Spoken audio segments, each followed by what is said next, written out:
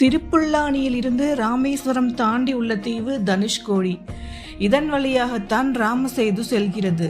சுவாமி நம்மாழ்வார் தன் பாசுரத்தில் பெரிய நீர் படைத்து அங்குறைந்து அது கடைத்து அடைத்து உடைத்து என்று பாடுகிறார்.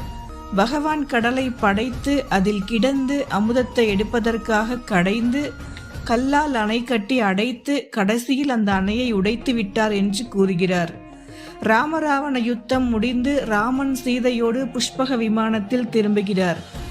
சேது என்று உலகமே புகழப்போகும் இந்த தலம் இனி பாவங்களை போக்க புண்ணிய காரியங்கள் செய்யும் தலமாக இருக்கும். போக்குவரத்துக்கு பயன்படக்கூடாது என்று ராமனே தன் வில்லின் நுனியால் பாலத்தை உடைத்து விட்டார். தனுஷ் என்றால் வில், கோடி என்றால் முனை. வில்லின் முனையால் பாலத்தை உடைத்த இடம் தனுஷ்கோடி. இதற்கு சாட்சியாக தனுஷ்கோடியில் இருக்கும் கோதண்டராமர் கோவில் உள்ளது.